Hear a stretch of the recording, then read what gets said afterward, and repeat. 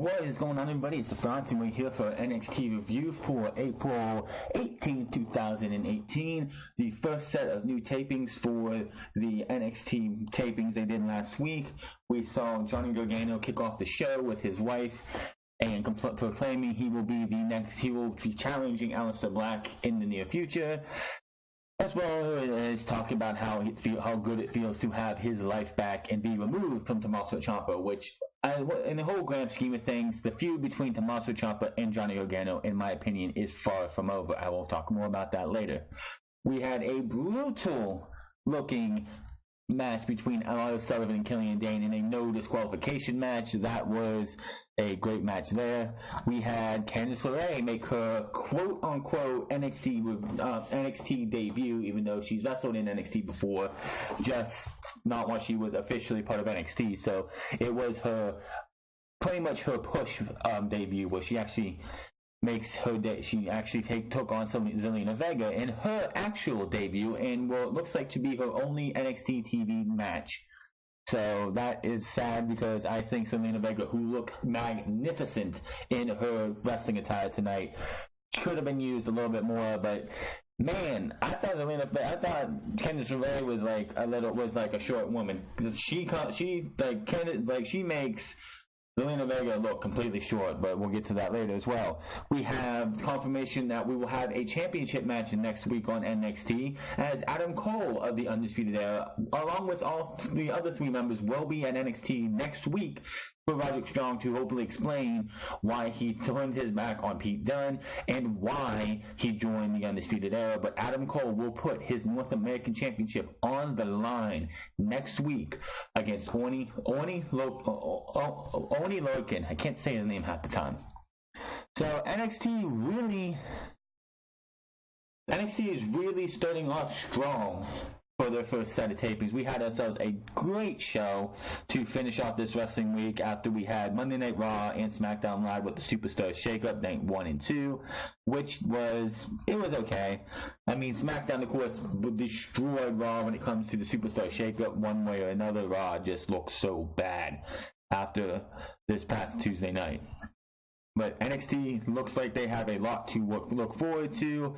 Ricochet officially as well makes his in-ring NXT TV, not his in-ring debut overall, but his NXT TV in Full Sail in-ring debut on TV that we actually get to see. People talked at the spoilers the last two tapings, the one at the center stage and the last set of tapings before we got to WrestleMania, that Ricochet wrestled a match both times, but it did not show up on TV. I understand why they did that, because they wanted to save his main debut for TakeOver, and then afterwards he took on Fabian Eichner, which I'm pretty sure was the man he took on once, if not both times, at the two set of tapings between Philadelphia and WrestleMania weekends in New Orleans. So that is going to be fun to see Ricochet in this match. And if you are not a fan of Ricochet, then I don't know what you're watching wrestling for, because this man is going to set WWE on fire. This guy is flawless. This guy can just make anybody a wrestling fan. He is that good. I'm a Ricochet fan. I've been watching Ricochet for about a year and a half, maybe, since he was wrestling in What Culture Pro Wrestling. I never really got to see his matches in New Japan, of course. I heard of Ricochet because of his controversial in-words match between him and Will Ospreay for the Best of Super Juniors a couple years ago, and that was the biggest thing I knew about Ricochet. Then I started watching What Culture Pro Wrestling, which is now Defiant, and getting to see him wrestle against Will Ospreay, against Rey Mysterio in the World Cup of Wrestling, Kushida as well. A bunch of good matches. There's other ones he had a match against Drew McIntyre, I'm pretty sure, for the WCW Championship at the time. That was a match that was just great. But I cannot wait to see. I was hoping after the match was over with Fabian Eichner tonight, they would have started some kind of feud. It just would have been some kind of kickoff for a feud. We did get to also hear him cut a promo after the match, and it wasn't a bad promo at all. So that was definitely a good start for Ricochet. Ricochet looks to be on his way to being the future of WWE if Vince McMahon doesn't screw him up. plain and simple. So I wish there was video of the Johnny Gargano promo, but of course this is NXT. They don't do as much as they do on Monday Night Raw and SmackDown Live. They just put the matches up most of the time, so they don't have Johnny Gargano's promo. But it was, if you haven't seen this promo yet, if you're like, I don't watch NXT that much, I might every once in a while, you need to see this promo with him and his wife and just see how much he loves the fact that he is still in NXT, because a lot of people going into New Orleans thought, okay, he's going to come up from NXT, he's going to probably lose a match to Tommaso Ciampa and then move up to SmackDown Live or Monday Night Raw or dreadfully 205 Live, where he is better than that. But no, he won the match. He is going to be in NXT for about, I'd say, until maybe Brooklyn. But tonight he does issue a challenge to Aleister Black. But will Aleister Black answer that challenge tonight? Let's find out. As I said, Johnny Gargano is out right away with his wife, Candice LeRae. They played the theme music, and by the way, Nigel McGuinness is not here for this set of tapings. Him and his wife had a baby. So congratulations to Nigel McGuinness on being a father, and hope to see you back at the next set of tapings in about 4 weeks. Welcome back, chants from the Full Sail crowd. Johnny has said since going into New Orleans, he has dreamt about this moment the whole time. It's really good to be home. For so long, I was defined by 2 words, Tommaso Ciampa. He was my best friend. He broke my heart, cost me the title, stole my career for the longest time. I couldn't say his name. He haunted me. But after 37 grueling minutes of a match at TakeOver, he, in the ring, he has his life back, and he's back where he belongs.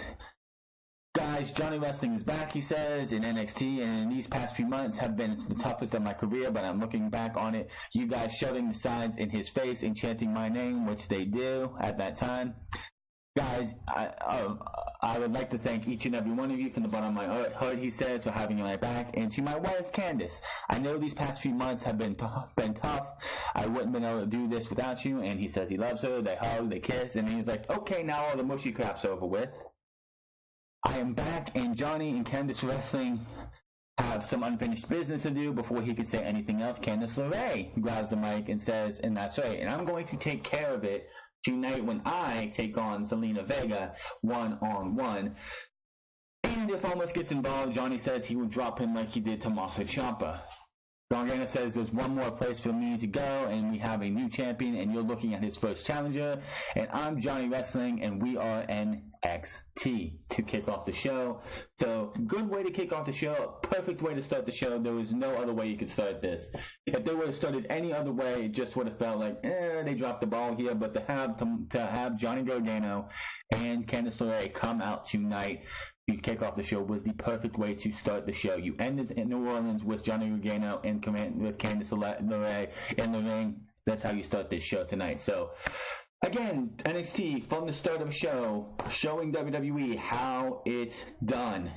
As I said, Tommaso Ciampa was not here tonight. I didn't think he was going to be, but quite honestly, I see that this is not the end of Tommaso Ciampa and Johnny Gargano. I think even Triple H said something right after NXT TakeOver, which I watched later, of course, because I record this right as soon as the show's over, that Johnny Gargano's probably not seen the last of Tommaso Ciampa, which honestly, either this set of tapings or the next set of tapings, I find that to be possible. Ricochet makes his TV debut. Dane cuts a promo for his match later in the night, which is going to be a no DQ match. He said there's going to be no Eric Young, no Alexander Wolf, no Nikki Cross, which I still wonder why Nikki Cross isn't coming up to SmackDown with Sanity. So no word on that yet. Hopefully I'll have news about that for Saturday on Unscripted. But says he's going to bring Chaos alone and pretty much destroy Lars Sullivan. So that match I'm looking forward to as we get closer in the show. Ricochet versus Fabian Aichner. This was a pretty good match. It wasn't a squash either, which I'm glad it wasn't. Fabian Aichner is in NXT right now in a tough spot. he seems like he just can't get where he should be. He should be, in my opinion, I think Fabian Aichner should be a little bit higher up on the card, but he's not due to other people keep coming in. He seems to be one of those guys who jobs to the new guys like a Velveteen Dream did at one time. Like, who else? Like others have when they come in. He feels like he should have been where like a Ricochet or an EC3 or all these other guys like the Velveteen Dream should be. He's put in his time, but when his time seemed to come to flip from being a jobber to a semi-push star to maybe a push star, somebody else comes in and takes that spot, which I think they should actually use that as a character for him, where he's tired of getting passed up for a Ricochet, for an Adam Cole, for an EC3, for a Velveteen Dream. He's been here for a good while, and it's his time. I honestly think with the way they use Fabian Aichner, that this could be something that they do with him. It would be a hell of a character change for him instead of just being this nice goody two-shoes guy that he is usually. So let's hope for that, because honestly, I think he needs a character change a little bit, because he's like, I'm the one to take things to the next level, but he never gets to take things to the next level because someone always comes in and he's the one to job to him. He's sort of in the spot that Andrade and Almas was in, where Almas was just getting jobbed out to everybody from Bobby Roode to Samoa Joe, I'm pretty sure, to Aleister Black last year. Maybe he's on that path to character change, where he goes from a guy who's just wanting to be there to a guy who's going to kick ass and become an NXT champion or a North American champion. I would love to see Fabian Aichner change it up a little bit and end up becoming a North American champion or NXT champion down the road. Ricochet off to a fast start as the crowd chants his name, but Aichner with a chop. Leapfrog caught into a fireman's carry into a gutbuster. Tilt-a-whirl backbreaker to Ricochet for a 2 count. Kick out of the corner by Ricochet, but Ricochet then a rolling, jumping drop kick. I have no idea what the hell you call that. He's in the corner. Aichner comes up. He jumps and kicks him. He gets out of the corner, does a roll, comes up and does a leaping drop kick. Just fucking beautiful. Ricochet is just the man when it comes to this. Who gets up in all over Aichner? 619, which they call it something else because it's not the 619, I guess, when Rey Mysterio doesn't do it. They call it the Swiss 19 for fucking Cesaro. They call it something else for him. It's a 619, and that's how it's going to stay for me. The Springboard European Uppercut off the rope, then a standing shooting star press for a 2 count. Ricochet goes up top, looks like he's going to go for his 630 is what they call it, but Aichner crotches Ricochet, then he goes up for a superplex. Ricochet just slaps the taste out of Aichner's mouth. You could just hear the slap. It was that fucking hard. To Aichner off the top rope, and he hits the 630 for the 3 count, and Ricochet is your winner. Beautiful. It was a good start, and it was great to see Fabian Aichner and Ricochet have a back-and-forth match. Ricochet isn't somebody who needs to just dominate somebody out of the gate. He should be one of those guys who has to actually fight to earn his wins. After the match, Ricochet asked how does it feel after his debut here in Full Sail. Says it feels great where I say many make a name here. Names Bailey. He names Seth Rollins. I think he named 1 or 2 other ones, but I can't think of them off the top of my head. But now it's my turn. You see, I came here to take things up a notch and make a name for myself, and I'm here to show why there's one and only Ricochet. And leaves. I was hoping there would have been like him, because they had him like look out to the crowd from the top of the ramp, and I'm like, oh, okay, there's gonna probably see somebody who attacks him, like maybe the Velveteen Dream, because they've had some spats, but no, nothing. That was it. So Ricochet wins his first match on the NXT main card, the main show, which was just fucking fun. This guy should be NXT champion, North American champion, and NXT champion before his time is up, if they want to do that. If not, just NXT champion. War Raiders make their debut up next after Lars Sullivan cuts a promo on how he's going to be able to do anything he wants to Killian Dane. And I'll get to their match later because that thing was fucking brutal. War Raiders versus, I didn't even get the guy's name. It looked like the knockoff Deuce and Domino that they've had before. I can't remember who they really are. Rowe, like as soon as that bell rang, Raymond Rowe comes in and just like with a running knee to start the match. The guy is out. His partner just looks down and just tags in. I'm like, are you serious? And I think it was Percy Watson who said, I can't believe this guy just tagged into the match because this dude just suffered a lot of punishment. Hip toss by Rowe, who tags in Hanson with a in with a knee to the gut to the, I'm just going to say the victim. Cartwheel by Hansen, then a clothesline from Hades, as they called it. Ha, that's funny. Instead of clothesline from hell, because that's JBL's thing, let's just call it clothesline from Hades, even though it's the same freaking thing. Pop-up power slam by the War Raiders, leg drop off the top rope, while Hansen holds the, by Hansen, while Rel holds the victim for the 3 count, and the War Raiders are your winners. Quick, easy, dominated match. As I said last night, I believe, I am a little disappointed that the Authors of Pain are up on NXT, up from NXT now, so we couldn't see the War Raiders versus the Authors of Pain. That would have been one hell of a match, but unfortunately we won't get that probably for a couple years, because the War Raiders, I'm going to probably be in NXT for at least a year to 6 months to a year, maybe a year and a half. So that's like the only negative I see to AOP going up, because when the War Raiders, who were War Machine, came into NXT, I was like, I hope to see AOP versus the War Machine at the time, but now War Raiders, and we won't get to see that. And I'm a little disappointed in that, but I see big things coming to the War Raiders, and I guarantee you by the end of this year, whether it's at Brooklyn or whatever they're going to do for Los Angeles, which I'm hoping will be another War Games, War Raiders are going to be your NXT Tag Team Champions by the end of this year. Count on it. We go to the Performance Center earlier this week, and Shayna Baszler says there's a meeting going on, and I'm late, but I never follow the rules, and since I have this now, the NXT Women's Championship, I'm going to change the rules. Walks into the women's locker room, which, oh, we're in the women's locker room. All those little boys, it's like, oh my god, I've never seen the women's locker room. Shut up. She looks up, she starts talking, she sees that there is a locker over there that says Ember Moonsell on it. Says nobody's taking care of this, takes Ember's name and just rips it off, takes a Queen of Spade card out of her pocket, out of her hand, and just places it where Ember Moon's name used to be.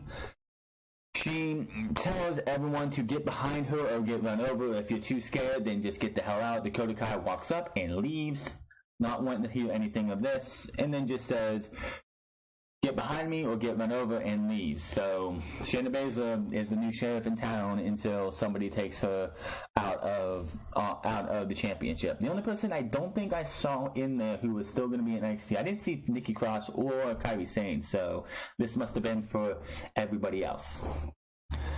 They had a video package for Kona Reeves, and I don't even think I know who that is. I guess it's somebody who's actually being built up in the Performance Center, which is fine.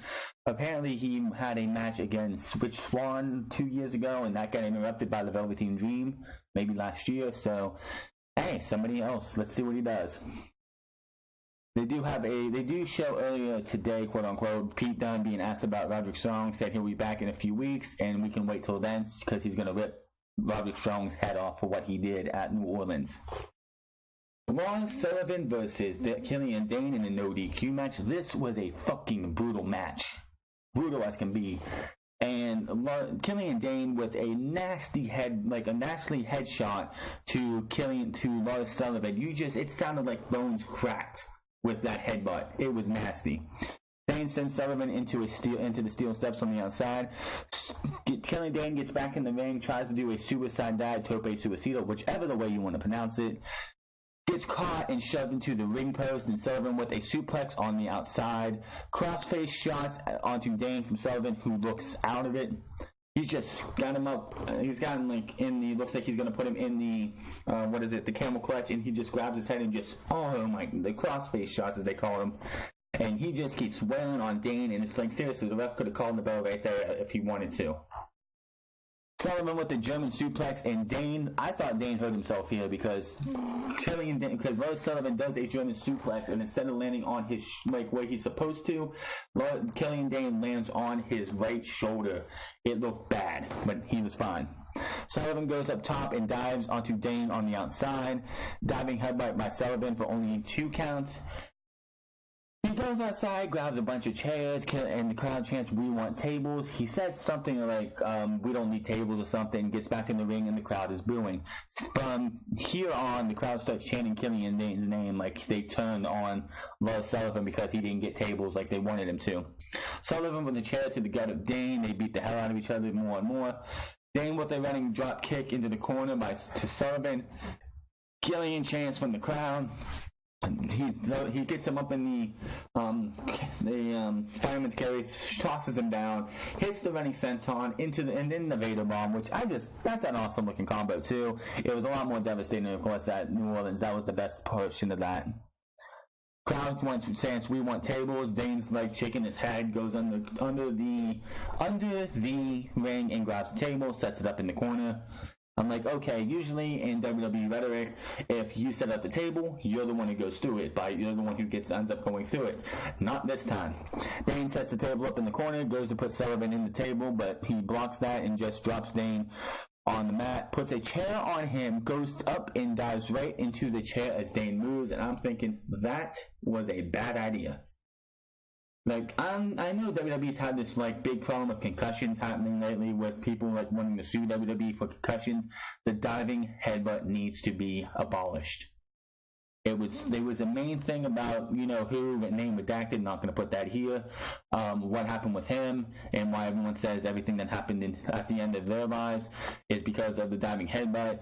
The diving headbutt needs to go. Killian Dane doesn't need to do it. I hope Daniel Bryan doesn't do it. I'm pretty sure it's been banned from him doing it.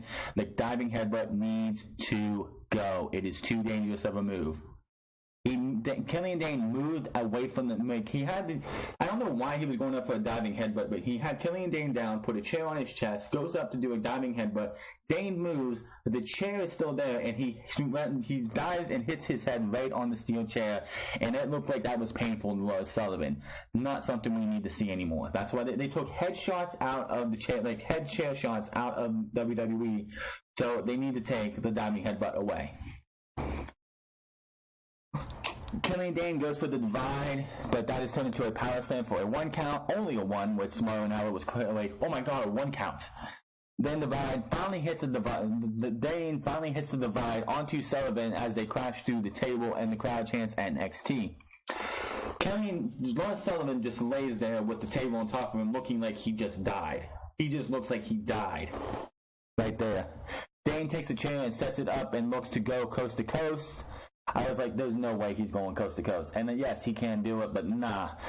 And Lars gets up, but Dane punches him in the head, punches the chair that taps him in the head, nothing big there. And he comes out, goes leaping off the top turnbuckle, gets hit in the stomach, and eats a chair to the gut.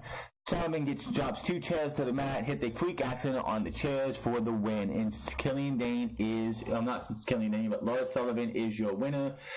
And I'm telling you what, like, Killian Dane got beat up so badly, like when that freak accident got hit and they pan back onto Killian Dane, there was blood coming out of his mouth, blood coming out of his nose. He did not look like he was in any good being right there.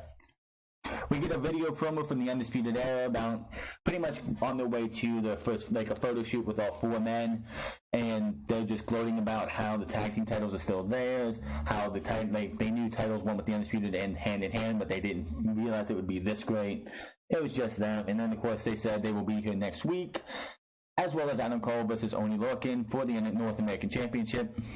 So next week we're going to have Oney Lorcan versus Adam Cole in the Undisputed Era with Roderick Strong, hopefully explaining to us what he did and why he did it.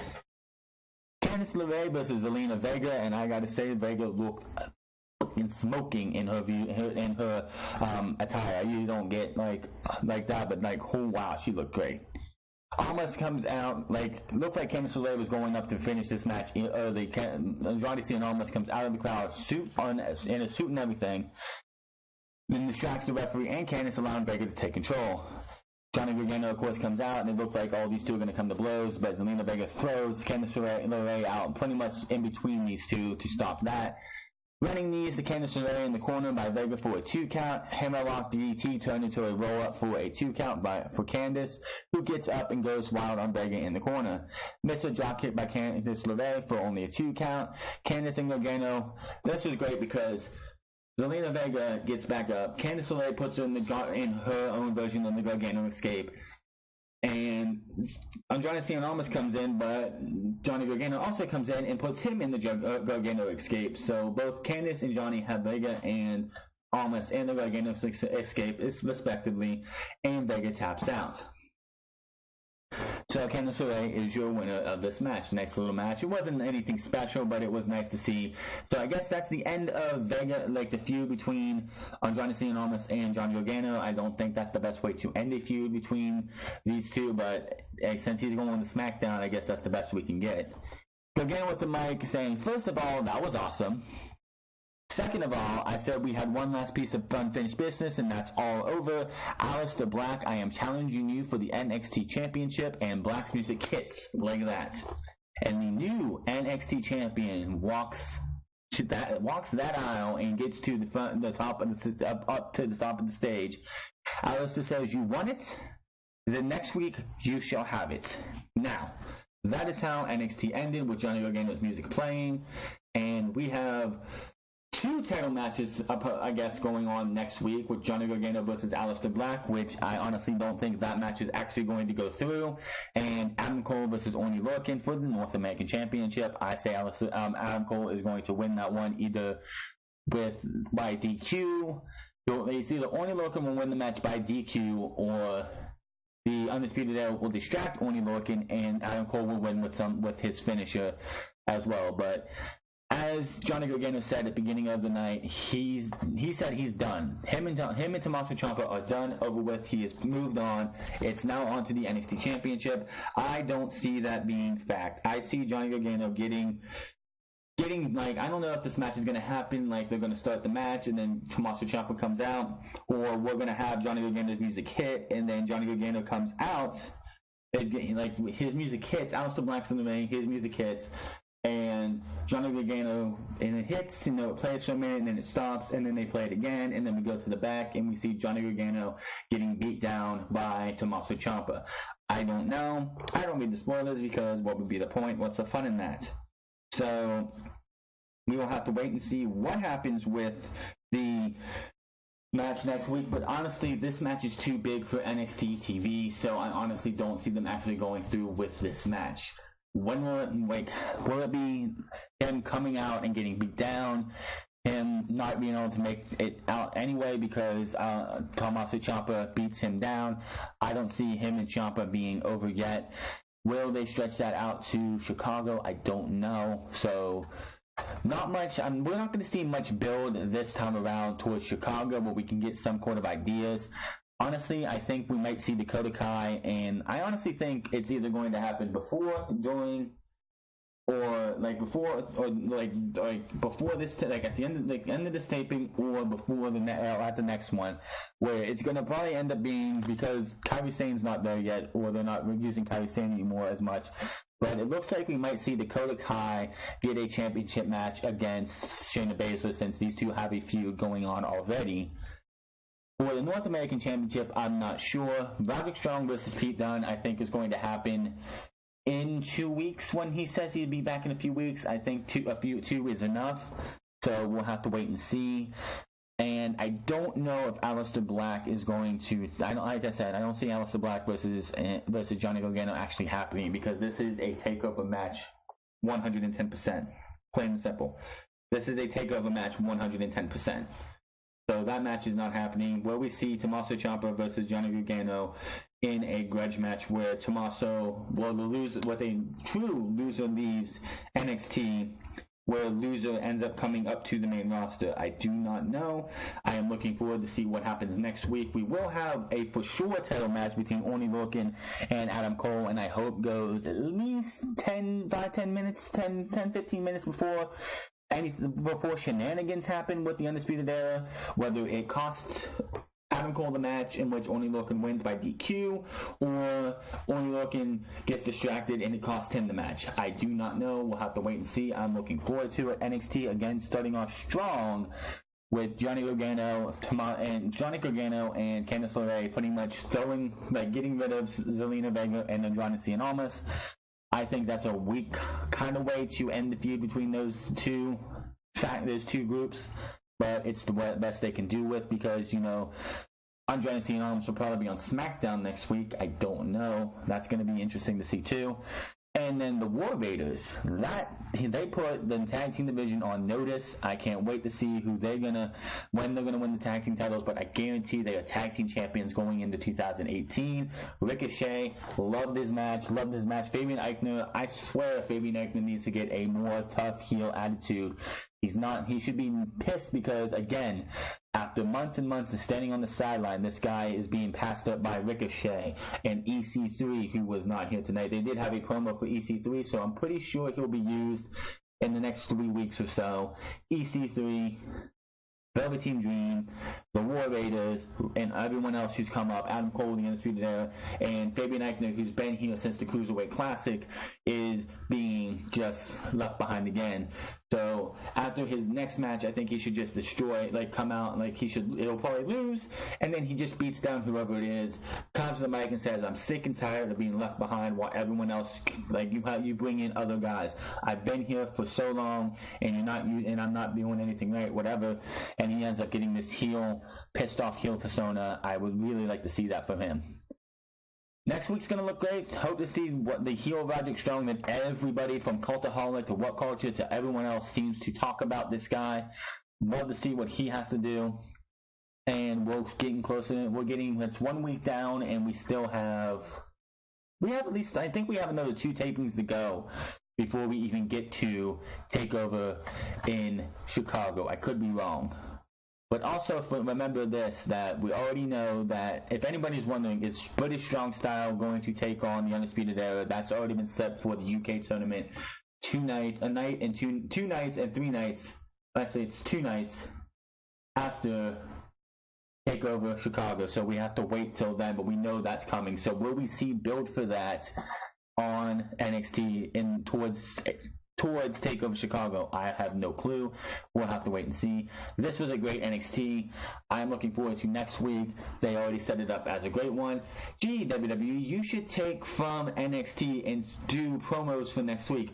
Bayley versus Sasha Banks, we look forward to this week because it was actually promoted. Instead of just showing up on Monday Night Raw, it's like, what's going to happen tonight? What matches are going to happen? We don't know because they just get thrown together at last minute. WWE needs to do that a lot more. Yeah, they do for big grudge matches or something, but give us something for the following week. We don't get that as much. Yes, we know Brock Lesnar is going to be on Monday Night Raw next week, but we don't know much else, especially since the Superstar shakeup just happened. We're going to have a lot to look forward to. But I'm getting out of here. Thank you guys for checking them out. Thank you for all the love on the Superstar Shakeup preview and predictions. Go check out Raw and SmackDown Superstar Shakeup. We will be back here for NXT next week. We'll be here on for NXT next week, where we will talk about everything. We'll be here for Unscripted on Saturday as well, Monday Night Raw next week. And before I go, it was a very sad day for the wrestling community because the living legend himself passed away. Bruno Sammartino, I was not alive when Bruno Sammartino actually was a force in the world of wrestling. I was not even thought of at the time because I wasn't where I am today. I was not thought of. It was late. But of course, when you grow up as a wrestling fan, all you hear about is Bruno Sammartino. And what's one of the benefits of the WWE Network is that anybody can go back and watch Bruno Sammartino and his matches all the way back to the Worldwide Wrestling Federation, where he was the 2-time WWF champion and the longest reigning champion in all of sports entertainment and wrestling history. I know it's going to be hard to beat that record of, 7.5 years. So thank you, Bruno, for all your contributions, and rest in peace, man.